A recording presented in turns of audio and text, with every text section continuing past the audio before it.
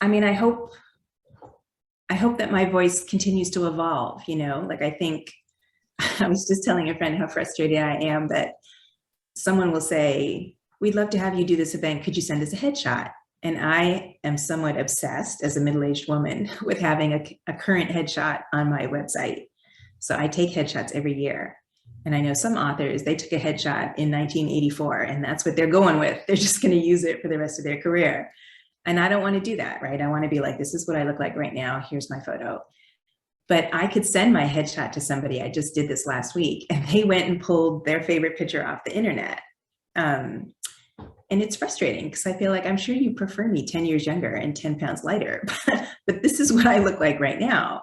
And I think when it comes to voice, I look at A Wish After Midnight, that time travel novel, and I wrote that in 2002 or 2003. I don't think I'm ever going to write a book like that again. And it is that much closer to my Dickensian days. So it is a bit more formal and it's long. And then the sequel to that was even longer. And I can't imagine when people are like, oh, you're writing a Viking trilogy. I think they imagine me writing 3 500-page tomes. And that is not what I'm going to do. I really am trying to write in a way that's more dense because then I can have shorter books that say more. I think I'm more interested now in texture and how I can create texture in my writing, as opposed to writing extended descriptions of various scenes. There's not a lot of exposition in my books, and I don't think there ever will be again. And I'm okay with that. So yeah, I think I can hear my voice more clearly, but I also, the more I investigate my past, my parents' history, my grandparents' history, I'm sort of really keen on genealogy. The more I learn about the history of the place where I live, I think that impacts my voice as well. So I don't think I would ever want somebody to read something and go, oh, I know who wrote that. That's Zetta Elliott. I think I would rather be known for the themes or the topics I write about rather than having a very distinctive voice. Well, now I'm just thinking, I would like them to say that is a Rob Kemp book. I like that voice. Good news, there's more of them. Buy them all. I'm happy to keep writing in exactly the tone you prefer. But I wanted to ask so many different questions, but as far as learning more about your genealogy, learning more about the place where you're at, and that impacts your voice, is that just unconsciously or subconsciously seeping in, or are you actively cultivating that? Yeah, that's very deliberate. So that's one thing I can say that I do have is sort of a formula for how I write. I'm very interested in Black history, and so I tend to land in a place and start doing research, and I usually can come up with 2 or 3 verifiable historical facts, things that are generally agreed upon, and those become my parameters. But if I was trying to make a fence with those 3 facts, it would have a lot of holes in it. And that's sort of where my imagination comes in. So I am often writing about Black women, and there are a lot of gaps in Black women's history, unfortunately. But that's sort of the power of the imagination. I was talking to a librarian friend in Brooklyn the other day, and she said, how has your writing changed now that you're in Chicago? And, I don't think that moving locale necessarily changes my voice. However, I moved in here, I think on September 27th, and October 3rd, I opened a document called The Boy in the Lake.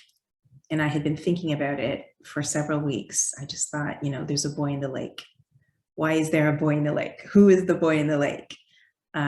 And my dissertation was on lynching. So of course I know about Emmett Till. I did not know his house was so close to where I live. So I walked over and looked at his house and the memorial garden to his mother across the street. And I decided, The Boy in the Lake is Emmett Till. So that's a book, it's a graphic novel. I would never have written that in Brooklyn. I wouldn't have written that in Philadelphia. That's a story that I would only have written here in Chicago.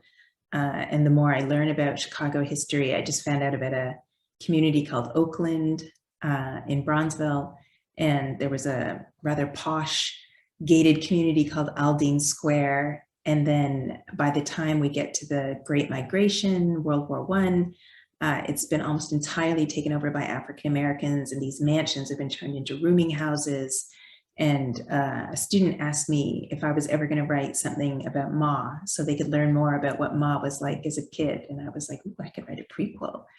And next thing I know, Ma is growing up in Aldine Square, and it's the red summer of 1919. So, you know, I have, again, so I know that there's this community that once existed. I know about the riots, racial massacre, really, of 1919 in Chicago. I've already written a series where I've sort of got the world built. So it's not that hard for me to sit down and say, well, here's what it's going to be like. Here's what's going to happen. So I do notice that about myself, that I'm always looking for some little tidbit in the past that hasn't been discussed or explored before. And then I'm obsessed with history. I could, you know, look into history all day, but a lot of kids aren't. A lot of people aren't generally, in part because historians a lot of them are terrible storytellers. They have all of this archival data that they just don't know what to do with, and they end up dumping it. And that's not an effective way to bring in an audience. So I think that's a skill that I have, is that I can find the hook, and then I can get you hooked. And then you don't realize you're reading about the World's Fair in 1893. I can just sort of slip that in while you're thinking about the Phoenix egg that's in Jackson's pocket. Gotcha. So your not trick, but your technique is to your technique, if I'm understanding, is to focus on the story, focus on the drama of our character and the peril and the stakes, and then the history just moves to the background. So we are learning it. It is interesting, but it's not the primary focus that's going to engage your young readers. Yeah, it can't be. I mean, it's frustrating, because I tell people all the time that when you write historical fiction, for me, I mean, I use 10 to 15% of my research. So you are going to do a whole lot of research, and you're not going to use any of it. You know, you're going to use such a small fraction of it. But if you go beyond that 15%, it can really weigh the book down. So, you know, if I were writing a scholarly essay, sure, I could dump in a whole bunch of more stuff, but I'm writing for kids, and I'm